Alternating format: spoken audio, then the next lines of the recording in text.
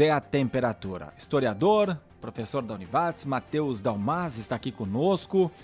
Nós temos como pauta principal o dia de hoje, né? O que se celebra nesse 21 de abril, por que é feriado, quem foi Tiradentes, a Inconfidência Mineira. O Bozzetti até falou agora há pouco isso, né, no quadro Direto ao Ponto, um pouco, né, lembrando daquilo que buscava José da Silva Xavier, o Tiradentes, símbolo da Inconfidência Mineira. Foi enforcado lá em 1792 e depois até esquartejado por traição à coroa. Mas também vamos aproveitar daqui a pouco falar com o professor Matheus Dalmas sobre a guerra, aquilo que está acontecendo lá na Ucrânia, envolvendo a Rússia, atacando a Ucrânia. Tem desdobramentos importantes nessa quinta-feira, porque o presidente Vladimir Putin disse que tomou Mariupol e não vai mais atacar uma fábrica onde tem alguns dos militares lá da Ucrânia. E desdobramentos, o que a gente pode ter? Será que tem uma previsão de até quando vai essa guerra, as consequências para o mundo? Mas primeiro começamos pela pauta do dia e para a gente falar um pouco, porque as pessoas adoram feriado, né? Mas nem sempre sabem o que estão celebrando. Professor Matheus Dalmas, bem-vindo aqui à Rádio Independente, bom dia. Bom dia, Ricardo, bom dia aos ouvintes, é um prazer participar mais uma vez do programa. De fato, hoje temos um feriado que nem sempre foi feriado no Brasil, né? Muita gente poderia imaginar, puxa, desde o momento em que rolou a Inconfidência Mineira e que foi esquartejado um dos seus participantes, desde aquele momento, então já há uma data celebrativa a isso, e não é bem assim, né? O Brasil demorou muito tempo para criar esse feriado. Vale a pena lembrar que quando o Brasil ficou independente, em 1822, então, considerando que a Inconfidência Mineira e todo o episódio que o Joaquim Xavier, né, se envolveu, ocorreu entre 1789 e 1792. Ele foi esquartejado em 1792. O Brasil ficou independente em 1822 e durante todo o Brasil Império não houve uma mínima celebração a esse episódio. A Inconfidência Mineira nem sequer era algo relativamente importante na história do país. Virou depois? Virou depois, aí com a proclamação da República em 1889, a República Brasileira então tratou de apagar feriados de celebração da monarquia, do Império. De algum modo, a República Brasileira tomou providências para varrer qualquer tipo de vestígio que homenageasse Dom Pedro I, Dom Pedro II. Os vestígios do Império foram removidos e alguns feriados foram criados, algumas praças, avenidas, prédios públicos, cidades foram homenageadas com nomes republicanos. E uma forma do Brasil República forjar uma identidade republicana no passado, quando o Brasil estava longe de ser uma república, foi escolher um episódio que aconteceu em Vila Rica, no atual estado de Minas Gerais, lá no século XVIII, durante o período do Brasil colonial, uma conspiração de alguns intelectuais e de alguns militares contra Portugal, pelo fato de Portugal cobrar um imposto muito pesado do ouro naquela cidade. Tinha um imposto chamado quinto e depois a derrama para arrecadar percentual de ouro encontrado na região. Então, uma conspiração que alguns intelectuais, alguns literatos, né, nomes importantes da nossa literatura, como Cláudio Manuel da Costa, Tomás Antônio Gonzaga, né, a gente aprende no colégio esses autores nas aulas de literatura sobre o arcadismo da literatura brasileira e tal.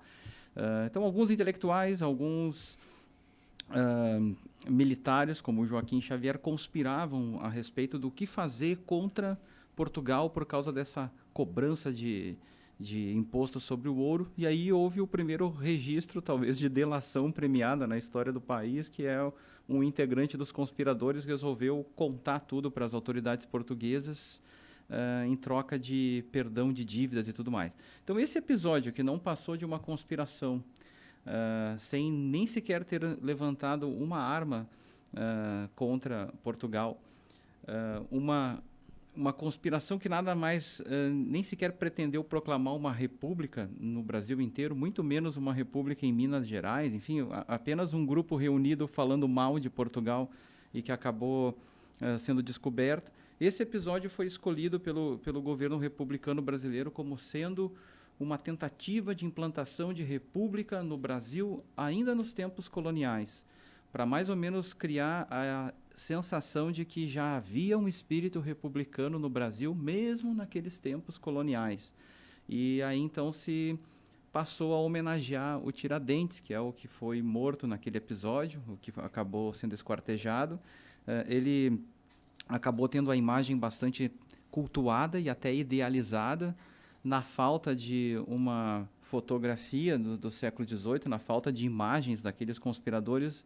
O Tiradentes acabou sendo representado de diferentes formas, ou como um militar, que de fato ele era, ou como Jesus Cristo, né? Porque muita gente vai lembrar que Tiradentes aparece com cabelos longos, barba comprida e uma roupa branca, um avental branco, o que é muito curioso porque que um militar estaria sendo cabeludo, barbudo e usando um avental branco em pleno século XVIII. Então, a República Brasileira tratou de criar uma figura idealizada, como se fosse um herói republicano lá nos tempos coloniais. E o feriado mesmo, né, como um feriado oficial, foi uma decisão tomada no regime militar. O feriado existe desde a década de 60, desde 65, para ser mais exato, que é o governo Castelo Branco. E aí o regime militar tratou de dar um ar militar para esse feriado, né? Como o Tiradentes era um militar e ele era tratado como um herói republicano, então o feriado servia de motivo também para celebrar Forças Armadas e tudo mais. Então nós temos o feriado mesmo desde os anos 60, com um líder, um herói forjado, né, pelo Pois é, eu ia perguntar, professor Matheus Dalmas, de fato ele é um herói, é um mártir? Não, de jeito nenhum, cara. Aí eu respondo sem vacilo, de jeito nenhum, né, das lideranças ou daquele grupo que se reuniu em Vila Rica, ele era um dos menos importantes, porque ele não era uma liderança. As pessoas... Acabou que ele foi denunciado e por isso é que... todos foram denunciados, entretanto, como havia pessoas de alta renda e pessoas da alta intelectualidade de Vila Rica naquele momento, alguns foram perdoados, outros foram deportados para a África, por exemplo, mas o único que confessou realmente que estava conspirando e que o conteúdo das conversas era contrário a Portugal foi o Tiradentes. Então, como ele era um militar, foi tratado como uma traição às tropas portuguesas, a Portugal, e ele sofreu inúmeras punições. Ele ficou preso de 89 até 92, e em 92 ele acabou sendo morto, decapitado, esquartejado, restos mortais espalhados por várias cidades do Brasil colônia. Então, E o que isso representou na nossa história, né? Porque você fala da Inconfidência Mineira, que ela terminou justamente ali, depois do esquartejamento dele. De fato, trouxe benefícios? Não, a gente demorou ainda para conseguir uma melhora, continuamos pagando esse imposto? A Inconfidência Mineira não trouxe nenhuma consequência imediata para a história do Brasil, nem sequer para a região de Vila Rica. A Inconfidência Mineira não foi absolutamente nada, né? Ela foi apenas um grupo de pessoas sentado, conversando, conspirando e que acabou sendo denunciado e descoberto, preso, deportado e um morto e esquartejado. Bem diferente de uma Revolução Farroupilha, por exemplo. Bem diferente. A Revolução Farroupilha foram 10 anos de combate armado, né? Houve estado de beligerância durante a Revolução Farroupilha. A Inconfidência Mineira não teve nada disso. E ainda falando sobre esse tema, né? E o Gustavo Bozzetti, agora há pouco no Direto ao Ponto, comentava, né? Hoje a gente paga até mais impostos para o nosso governo, né? Do que se pagava na época para Portugal. Como é que você vê nos dias de hoje a comparação de 1792 com os tempos atuais, com os impostos que a gente paga, da forma como nós acabamos trabalhando, pagando esse imposto e que nem sempre a gente vê o dinheiro que vai para Brasília voltar em benefício para a comunidade? A grande diferença é que no século XVIII não havia uma filosofia política que para nós é muito importante e está na Constituição dos países do Ocidente, que é uma filosofia política liberal. E aqui eu falo sobre filosofia política liberal. O que diz essa filosofia política? De que a sociedade civil é mais forte do que o Estado e ela decide o tipo de Estado e a forma de governo que ela quer ter. E é essa filosofia liberal que serve de parâmetro para que se crie um pacto federativo nos regimes republicanos atuais. Então, por mais que se pague uma carga tributária elevada hoje em dia, e por mais que a população não enxergue o retorno desses impostos por parte do poder público, existe um pacto federativo, existe uma Constituição baseada num direito liberal e existem caminhos institucionais para que a sociedade civil possa negociar, batalhar, lutar por uma redução da carga tributária. É possível, inclusive, dentro de um direito liberal, criar um partido político que tenha como bandeira a redução da carga tributária. É possível, dentro das instituições democráticas, negociar a questão tributária. E lá no século XVIII não havia uma filosofia liberal. O que vigorava era uma filosofia aristocrática e bastante absolutista em termos políticos. O processo decisório sobre carga tributária era bastante centralizado na figura da monarquia portuguesa, sem diálogo com a sociedade civil e sem nenhum tipo de atendimento de demandas da sociedade civil. Então, se no Brasil colônia, distante do centro decisório que era Lisboa, Portugal, se no Brasil colônia havia uma elite colonial descontente com qualquer política administrativa ou tributária da colônia, até que essa reivindicação chegasse a Lisboa demoraria muito, e Lisboa levar em consideração alguma reivindicação de elite colonial brasileira também já seria algo muito difícil. Então eu diria que a grande diferença é essa. Lá no século XVIII, a conspiração talvez fosse o caminho mais imediato para conseguir algum tipo de resultado a curto prazo. Hoje em dia existem esses caminhos institucionais, democráticos, que dão uma conotação totalmente diferente à condução da questão, né? Vamos trazer para a nossa realidade também, né, do que nós estamos vivendo e quase completando 2 meses. Foi em 24 de fevereiro que começou o ataque lá da Rússia à Ucrânia, quase 2 meses já, gente. Como passa o tempo, e a gente gostaria que isso terminasse ontem, né, mas por enquanto não acabou. A invasão da Rússia lá na Ucrânia, e a informação de hoje é que o presidente da Rússia, Vladimir Putin, afirmou ter capturado Mariupol, a cidade lá da Ucrânia, mas está dizendo que desistiu de atacar uma fábrica, o complexo de Azovstal, é assim que diz? É assim, é como Azovstal, né? Onde tem mais de 2.000 soldados e civis concentrados.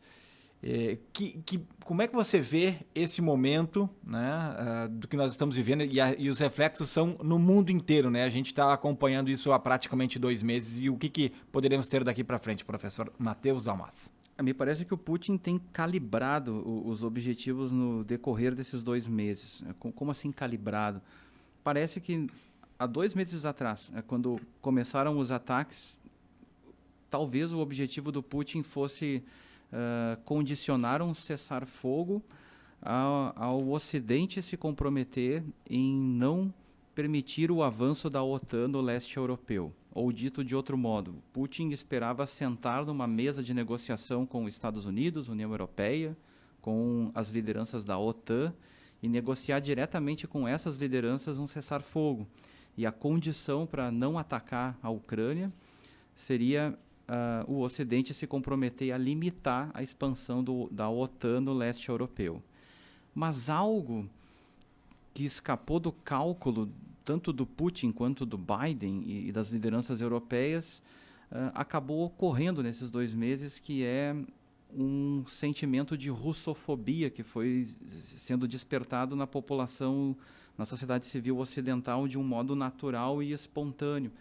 Quanto mais imagens do ataque russo na Ucrânia viralizaram nas redes sociais, mais, por conta própria, as pessoas no Ocidente passaram a condenar o ataque russo e a criar uma antipatia com o ataque russo. E empresas privadas, por conta própria, começaram a cancelar contratos com a Rússia. Algumas entidades, federações, organizações baniram atletas russos ou baniram a participação russa em jogos e eventos, de modo que começou a ocorrer um cancelamento da Rússia por parte de empresas, organizações e da própria sociedade civil do Ocidente, uma espécie de russofobia crescente. E aí parece que a estratégia do Ocidente, Estados Unidos, OTAN, União Europeia, foi a de não comprometer a OTAN com nenhum tipo de limite de avanço no leste europeu como condição para o Putin parar de atacar a Ucrânia, porque pareceu para o Ocidente mais interessante deixar a Rússia atacar a Ucrânia, deixar as imagens viralizarem ainda mais, como forma de enfraquecer economicamente a Rússia. Uma estratégia no sentido de, sem precisar dar um tiro sequer, sem precisar gastar um tostão, sem precisar comprometer o avanço da OTAN, bastava o Ocidente cruzar os braços, deixar a Ucrânia apanhando, viralizar as imagens dos ataques e, com isso, prejudicar a Rússia. A Rússia perdendo contratos, se estrangulando economicamente e até mesmo inviabilizando uma aproximação diplomática com o Ocidente. Para que a Ucrânia continuasse apanhando um pouco mais, vamos dizer assim, o Ocidente emprestou dinheiro, vendeu armas para a Ucrânia, para que ela conseguisse resistir um pouco mais dentro daquela estratégia ocidental. Quanto mais a Rússia atacar a Ucrânia, pior fica para a Rússia internacionalmente. Para fecharmos aqui, Matheus, até onde vai? É possível ter uma ideia? O próprio Putin fazendo testes de novos mísseis, ameaçando armas nucleares. Agora, com essa dominação de Mariupol, será que teremos algum outro desdobramento, um fim, ou as coisas tendem a piorar? Não, me parece que o objetivo russo atual é justamente, e aí foi a calibrada do objetivo russo. Ao invés de atacar a Ucrânia para atrair a negociação direta com o Ocidente, parece que hoje o objetivo russo é tão somente obter do governo de Kiev, né, do governo Zelensky, o compromisso de que a Ucrânia não vai entrar em nenhuma organização internacional do Ocidente e de que a Ucrânia irá aceitar a presença militar russa na Crimeia, no Donbass e em Mariupol, como se Crimeia, Mariupol e Donbass se transformassem num novo corredor de presença militar russa e um novo escudo de proteção da Rússia em relação ao Ocidente. Antes da guerra começar, a Ucrânia inteira era uma espécie de escudo entre a Rússia e o Ocidente. Era um território que servia de separação entre a União Europeia e a Rússia. Hoje parece que a Rússia se contenta em que não a Ucrânia inteira seja esse território de separação, e sim essa faixa formada pela Crimeia, por Mariupol e Donbass. Né? Se essa região ficar sob controle russo e se a Ucrânia se comprometer a não entrar na OTAN nem na União Europeia, a guerra termina. Né? Com a Rússia vencendo, né? Exatamente. Só que para o Ocidente é interessante que a Ucrânia resista um pouco mais, porque quanto mais resistir, mais a Rússia se desgasta economicamente, mais ela perde negócios no Ocidente. E aí tem uma outra consequência que rapidamente eu falo, né? O tempo está se esgotando. Existe um outro país que olha tudo isso com muita atenção e com muito interesse, com muita simpatia, que é a China. E a China percebe que ela será a grande parceira da Rússia para substituir o Ocidente nos negócios que a Rússia precisa fazer. Então é como se a China enxergasse a médio e longo prazo, ela, a China, sendo a grande parceira econômica da Rússia no futuro e penetrando no mercado no leste europeu como nunca penetrou antes. Então a China tende a ter um ganho econômico muito significativo. E a Rússia, com isso, né, pelo fato da economia chinesa ser mais forte do que a Rússia tende a ser um país coadjuvante na relação com a China. Então eu projeto esse cenário futuro a longo prazo, uma Rússia coadjuvante, dependente da economia chinesa, uma OTAN e uma União Europeia liberadas para avançar no leste europeu, uma Ucrânia dividida, com uma parte ocupada pela Rússia e outra parte independente, e essa parte independente querendo entrar no Ocidente, União Europeia, OTAN, mas a OTAN e a União Europeia não aceitando para não brigar diretamente com a Rússia em hipótese alguma. Então, essa seria a minha projeção de cenário futuro. Tá bom. Obrigado, Matheus Dalmas, professor e historiador, falando sobre o feriado de Tiradentes, o motivo, a história, mas também aproveitando para falar da história atual e as prospecções que temos aí em relação à guerra da Ucrânia e a Rússia. Muito obrigado, um bom